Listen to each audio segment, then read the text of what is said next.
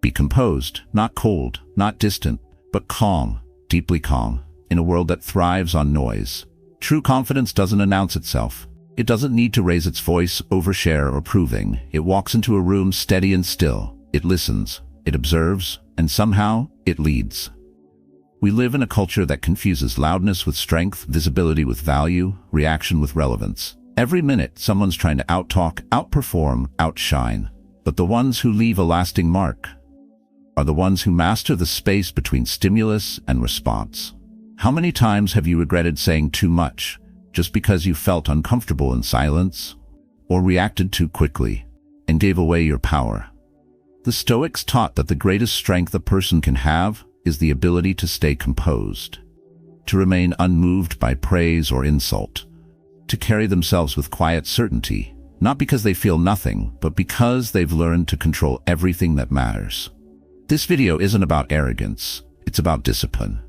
It's about the rare kind of confidence that doesn't seek validation, because it already knows its worth. You'll discover 6 timeless Stoic principles that will help you stay grounded, unreadable, and powerful, without ever needing to perform. If you're tired of chasing respect and ready to become someone who naturally commands it, let's begin. Number 1, true confidence needs no audience. We live in a world obsessed with applause, with likes, with validation, with being seen. From an early age, we're conditioned to associate confidence with performance. Speak louder, walk faster, assert more. We're taught that if you want to be respected, you need to be noticed. But that's not confidence, that's costume. And the longer you wear it, the more disconnected you become from the quiet truth inside you. True confidence, the kind that doesn't crack under pressure, doesn't need an audience. It doesn't feed on compliments. It doesn't demand attention. It simply exists. It's the presence of someone who's whole, whether you notice them or not.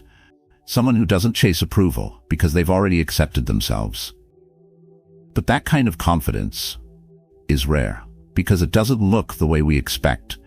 It's not loud. It's not flashy. It doesn't try to dominate the room. In fact, it often moves in silence. Not to hide, but because it has nothing to prove. The truth is, most people you think are confident are just highly skilled performers. They've built personas so polished that even they believe the mask. But inside, there's noise. There's fear. There's uncertainty. Let me ask you something. How many times have you said too much just because silence made you uncomfortable? How many times have you reacted, not out of clarity, but out of fear that someone might think you didn't care? How often do you fill the space just so people don't forget you're in the room? Now consider this. What if the most powerful people are the ones who say the least and care even less about being seen? What if they're not trying to be impressive because they've already done the work to feel whole? Real confidence doesn't chase eyes. It doesn't beg for ears. It walks into a room and lets its presence speak, not its volume. You see, when someone no longer needs the spotlight, they become harder to manipulate. You can't guilt them. You can't flatter them. You can't play their ego because they've already stepped outside of it. That's why their silence is intimidating. That's why their calm unsettles you, because you can't read them. And what you can't read, you can't control. This is why the strongest people in the world often look like the calmest ones. It's not that they feel nothing. It's that they've stopped outsourcing their identity. They've stopped looking to the crowd for permission. They no longer need the claps to know they've done something meaningful. And here's the uncomfortable truth. If your self-worth rises and falls with how others respond to you, you're not confident, you're dependent. But that's not a curse. It's a mirror. And once you see it, you can change it. You can begin by asking yourself, what am I doing today that only matters if someone else is watching? Then stop doing it, or do it only for you.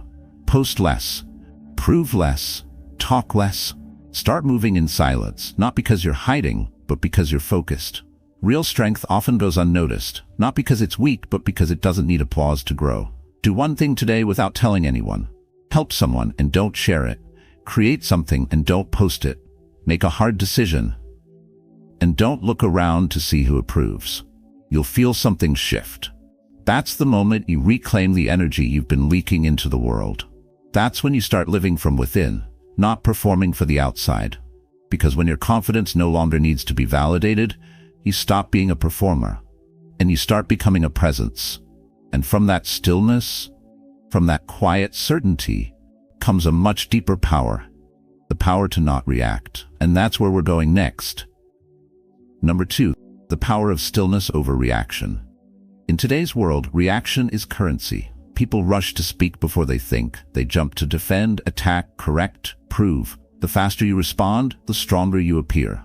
Or so we're told. But here's the quiet truth. Reaction is not strength. It's exposure. The more reactive you are, the more predictable you become. And the more predictable you are, the easier you are to manipulate. Stillness, on the other hand, is strategy. It's what separates the impulsive from the composed, the easily provoked from the truly unshakable. We've been taught that silence is passive, that if you don't react, you're weak. But what if stillness was actually the ultimate form of control? Because when you don't react, not because you're afraid, but because you've chosen not to, you shift the dynamic entirely. You refuse to play by someone else's tempo, and that refusal is powerful. Think about it. When was the last time you regretted staying calm? Now think about how many times you regretted snapping too fast, replying too soon, letting your emotions speak before your judgment had time to catch up. Reaction is instinct. Stillness is intention. Let's make this real. You probably remember the moment Will Smith slapped Chris Rock on live television. It took 5 seconds. But that single act, driven by emotion, not reason, overshadowed everything else. His Oscar win became a footnote. His public image shattered overnight. He was banned from the Academy for 10 years, lost key roles, and became the subject of endless controversy. All because he reacted. Now imagine if he had paused, stayed seated, held Jada's hand, then used his acceptance speech in front of millions to speak with grace, with strength, with restraint. That stillness would have said more than any slap ever could. A pause isn't weakness, it's power. Because in moments of high emotion, the man who remains still doesn't lose control. He becomes the one everyone else has to answer to. You see, the world will constantly try to pull you out of yourself, to bait you, to trigger a reaction. And every time you respond without thinking, you give them access, not just to your words, but to your power. That's why stillness is not passive. It's a filter, a gate that protects your energy and reputation. There's a reason military generals pause before war. There's a reason the best negotiators sit in silence after making an offer.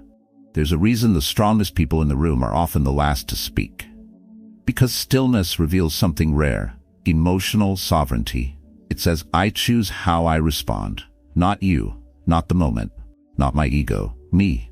And that terrifies people who are ruled by impulse. They don't know how to deal with someone who doesn't flinch, who doesn't fight every insult, who doesn't take the bait. So they guess, they fumble, they expose themselves while you stay grounded. This doesn't mean silence in every situation. It means knowing when your voice builds power and when it just burns energy. It's about choosing the time, the tone, the terrain, instead of letting emotion make those decisions for you. Practice this. The next time someone disrespects you, don't respond immediately. Wait, breathe, say nothing. Let the silence stretch. You'll feel the discomfort rise. In them, not in you. They'll wonder what you're thinking. They'll question if they went too far. They'll try to fill the gap with more words, words they can't take back, while you sit in control. Because power doesn't always come from motion. Sometimes it comes from restraint, from the man who can feel everything and still do nothing until it matters. The world respects the person who chooses when to move, not the one who reacts to every push. Stillness is not a lack of emotion. It's a command of it. And in a world addicted to noise, movement, drama, the person who remains still becomes magnetic. Next time you feel triggered, remember, your silence might be the loudest message you'll ever send. Number 3, mastering emotion is mastering power. You don't need to be the loudest. You don't need to have the most money. You don't even need to win every argument. But if someone else can control how you feel, they already own a piece of your mind. And if they can make you angry, jealous, or desperate on command, then what kind of power do you really have? We tend to think of power as external, muscles, status, voice, but real power starts inside. The man who can master his emotions masters everything else. Let's make something clear. Emotion is not the enemy. We're not here to become cold or detached or numb. Emotion is energy, it's fuel. But left unchecked, that fuel explodes. Left directed, it builds empires. There's a dangerous myth floating around today that expressing every emotion is a sign of being authentic. But raw emotion, unfiltered and untrained, is not authenticity. It's vulnerability. Not the kind that leads to connection, the kind that gets you hurt, misunderstood, or manipulated. The truth is this: if you don't learn to hold your emotional center, someone else will pull you off balance every time. Let's bring this closer to real life. Imagine a single father. He's just been let go from his job. The bills are stacking up. He's exhausted, frustrated, afraid, but he's driving his daughter to school. And she's sitting in the back seat, watching him. He could slam the steering wheel, he could curse the system, he could drown in bitterness, but instead he breathes. He grips the wheel, looks in the mirror, and says with a tired smile, "You'll have a great day, okay? I'm proud of you." That's not weakness, that's discipline. That's emotional power. He didn't suppress what he felt, he channeled it. He chose to protect his peace and hers. Because real strength isn't the absence of emotion. It's the ability to wield emotion like a sword, never letting it slip from your hand. Now think about your own life. How many times have you sent the angry text, only to regret it hours later? How many moments have you blown up at someone you love and wished you could take back every word? How many arguments have you lost, not because the other person was smarter, but because you were louder, messier, uncontrolled? Here's what they don't teach you. The world doesn't reward outbursts. It punishes them. It remembers them, and it uses them against you. But when you can sit with your anger without unleashing it, when you can cry without falling apart, when you can feel deeply and still speak calmly, you become dangerous in the best way. You become untouchable. Not because you don't feel, but because you're no longer ruled by the waves inside you. Let me give you something practical. Next time you feel triggered, pause. Place your hand over your chest. Ask yourself, what is this emotion trying to protect? Behind anger, there's usually fear. Behind sadness, there's usually longing. Behind frustration, there's often exhaustion. Name it. Then ask yourself, what response will serve me best right now? Not in the next 10 seconds, but in the next 10 years.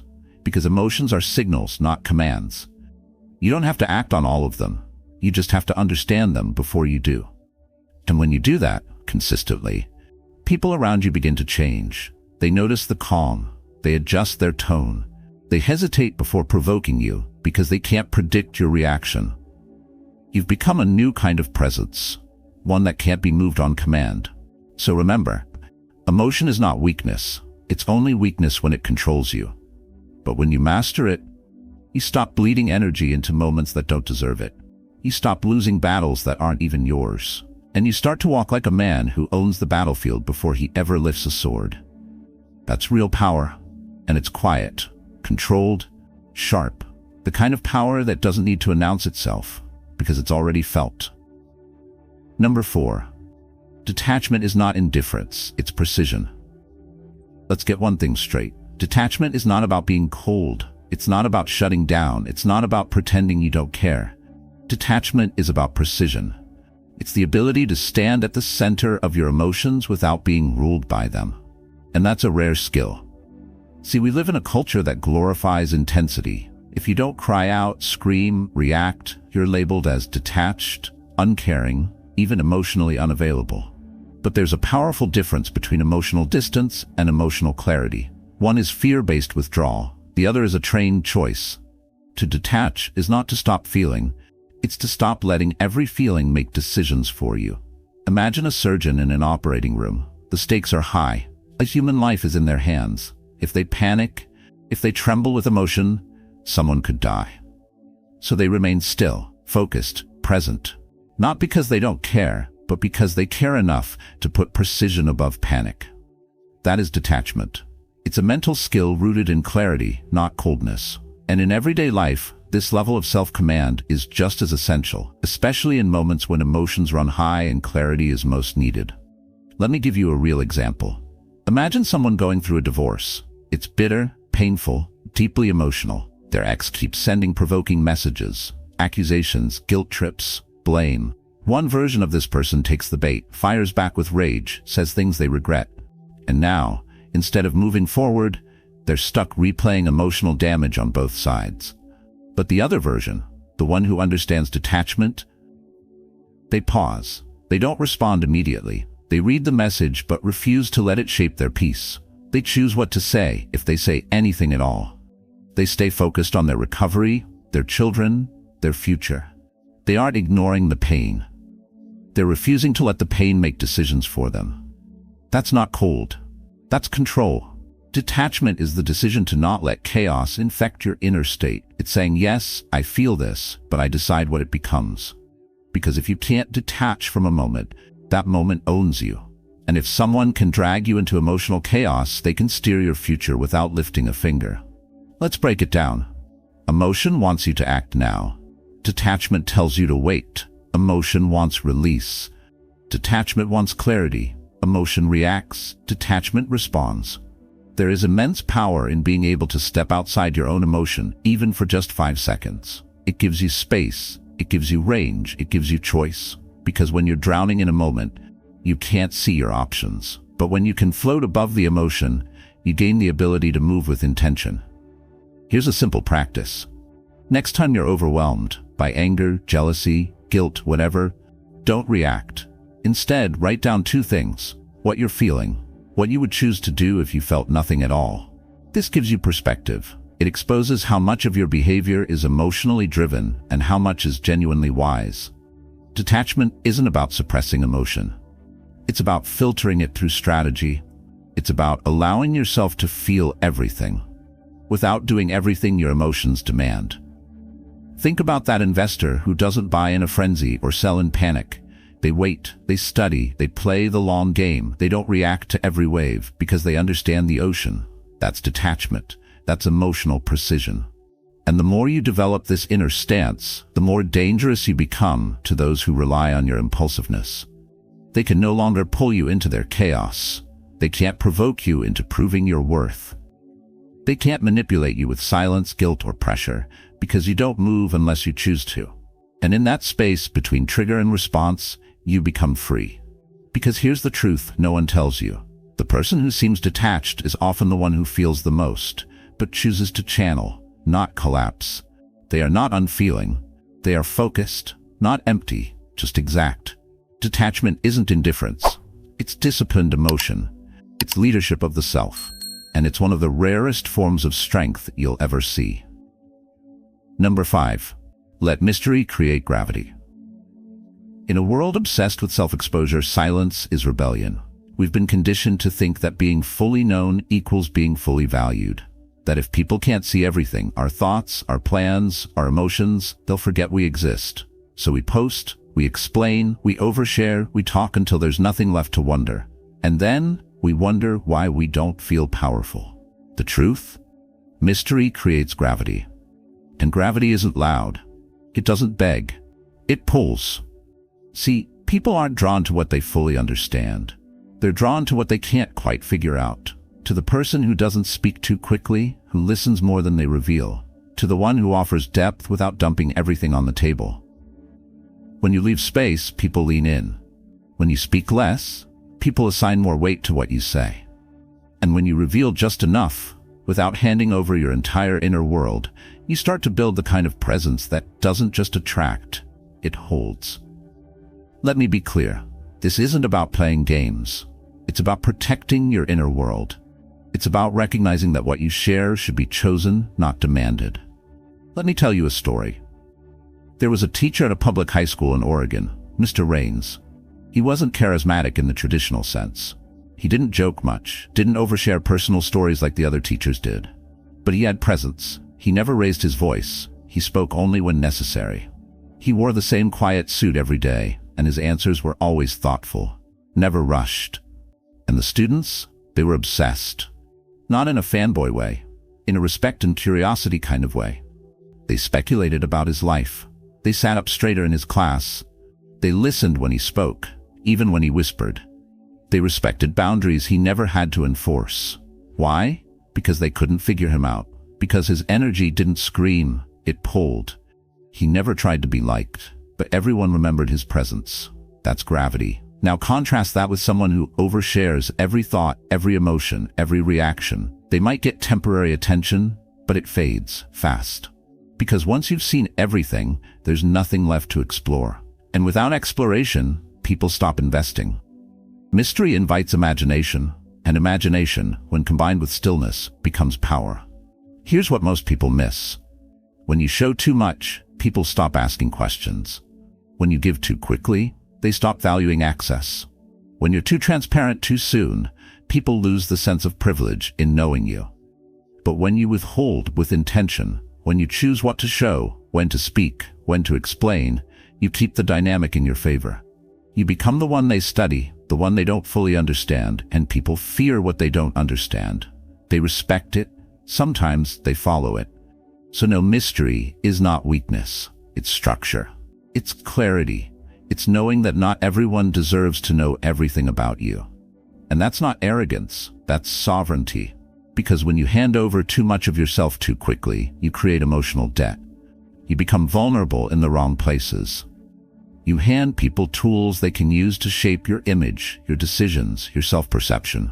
But when you stay measured, when you guard your story, your reactions, your silence, you own your narrative. And more importantly, you make people earn their way in. Now let's be practical. Next time you're in a conversation, especially one that feels emotionally charged or uncertain, try this. Share only 70% of what you want to say, not to manipulate, but to see what happens in the silence you leave behind. Watch how people lean in. Watch how they fill the gap with their own imagination, and watch how your presence starts to feel heavier without raising your voice. This isn't about being aloof. It's about being deliberate. Your mystery is not a wall, it's a boundary. One that says, my depth is real, but not everyone gets to swim in it. And here's the paradox. The less you reveal, the more people imagine. The more they imagine, the more they invest. The more they invest, the more they value what little you choose to share. So let mystery work for you. Let it build tension. Let it sharpen your identity. Let it create a presence so precise, so composed, that people don't just hear you, they feel you. Number 6. Quiet confidence shapes the room. We've been taught a lie. We've been led to believe that confidence is loud, that the person who speaks first, talks the most, or makes the boldest claim holds the power in any room. We think noise equals strength, but it doesn't. Because real power, the kind that truly shapes the atmosphere, is quiet. It's subtle. It moves through the room like gravity, invisible yet impossible to ignore. Think about it. You've felt it before. You're in a meeting or a crowded room full of opinions and competing voices. People talk over each other, vying for attention, trying to prove their worth. But then someone walks in silently. They don't announce their presence. They don't demand respect. Yet the room somehow shifts. Why? Because quiet confidence isn't about proving anything. It's about already knowing. When someone possesses genuine inner certainty, they don't need external validation. They don't fight for attention because attention naturally moves toward them. They don't raise their voice because their presence alone speaks louder than words ever could. I once knew a woman named Sarah. She worked in a high-pressure corporate environment where every meeting felt like a battle for dominance. Colleagues spoke over each other, raised their voices, interrupted constantly. Most meetings descended quickly into chaos. But whenever Sarah stepped into the room, something extraordinary happened. Sarah didn't jump into arguments. She didn't try to outsmart anyone or defend her ego. Instead, she'd quietly take her seat, listen intently, and remain silent, often letting several minutes pass before contributing a single word. When she finally spoke, the room went silent. Not because she was intimidating, but because she was precise. Her words weren't wasted. They carried depth, clarity, and careful consideration. Soon enough, others began subconsciously adjusting their behaviors around her, pausing longer, listening better, speaking more thoughtfully. Sarah didn't demand respect. She commanded it through quiet confidence. That's what real power looks like. The person who relies on noise, who constantly speaks, constantly argues, constantly fights for control, they're not strong, they're vulnerable. They've surrendered their stability, hoping volume will protect their weakness. Quiet confidence is different. It doesn't shout, "Look at me." It simply exists. It says, I'm already here, and I don't need anyone to confirm it. But how do you develop this kind of confidence? First, understand this. Quiet confidence is not something you put on like clothing. It's something you build internally, day after day, choice after choice. It starts by deciding you're no longer performing for anyone else. You no longer let external approval determine your worth. You cultivate it by holding your opinions for just a moment longer, listening instead of immediately responding. You practice being the last to speak, not because you lack conviction, but because you know that power often rests in what's left unsaid. Try it. The next time you enter a meeting, wait. Sit back, observe, and resist the urge to jump in early. Let others fill the silence. Watch carefully. Then, when it matters most, speak deliberately, clearly, calmly. At first, this might feel uncomfortable. Silence can feel risky. But notice what happens next. People lean toward you. They give your words more weight because you've made them wait. You've made them curious. You've given yourself the space to craft a response that matters. Quiet confidence isn't silence for silence's sake. It's the discipline to use silence strategically, to choose precisely when your voice enters the room and exactly how much you reveal when it does. This disciplined approach to energy management transforms you from someone who needs validation into someone who naturally attracts respect. People sense when someone's energy is focused inward, stable, anchored. They gravitate toward it, drawn instinctively by its solidity. They might not know why, but they feel calmer, safer, clearer when you're around. This is how quiet confidence shapes the room. It doesn't change the environment through force or loudness. It changes it through steadiness, through an inner presence so strong that it quietly dictates how others behave. When you master this, something else remarkable happens. You stop feeling drained by social interactions. Your energy becomes yours again, no longer spilling out uncontrollably. You conserve it, use it strategically, and become magnetic in the process. And here's the deeper truth. Quiet confidence isn't just about controlling the room. It's about shaping yourself into the kind of person who never needs to raise their voice to be heard. It's about becoming someone who chooses dignity over noise, precision over volume, clarity over chaos. This isn't a tactic, it's a way of life. When you embody quiet confidence, you're not pretending, you're fully integrated. Your inner world matches your outward presence. In a world that constantly screams for attention, your silence becomes revolutionary. So remember this, the quietest person in the room is often the most powerful. Because real confidence doesn't have to fight for attention, it shapes the atmosphere simply by existing within it. Be that person. Be the quiet strength. Be the presence others gravitate toward, not by being louder, but by becoming impossible to ignore. We've explored today that true confidence isn't loud. It needs no audience, because real worth doesn't seek approval. We've seen that stillness holds more power than emotional reactions, as a single pause can protect your reputation for a lifetime. You've learned that mastering your emotions isn't about suppression, it's about channeling their energy into disciplined action.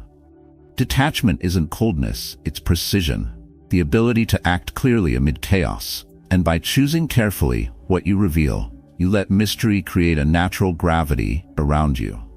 Ultimately, quiet confidence shapes every room you enter, commanding respect not through noise, but through a calm, unshakable presence. If you found value in these insights, subscribe now to Stoic Spirit so we can continue this journey together.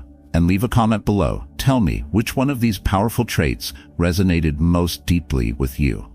Remember, confidence isn't something you chase, it's something you cultivate. Start today. I'll see you in the next video.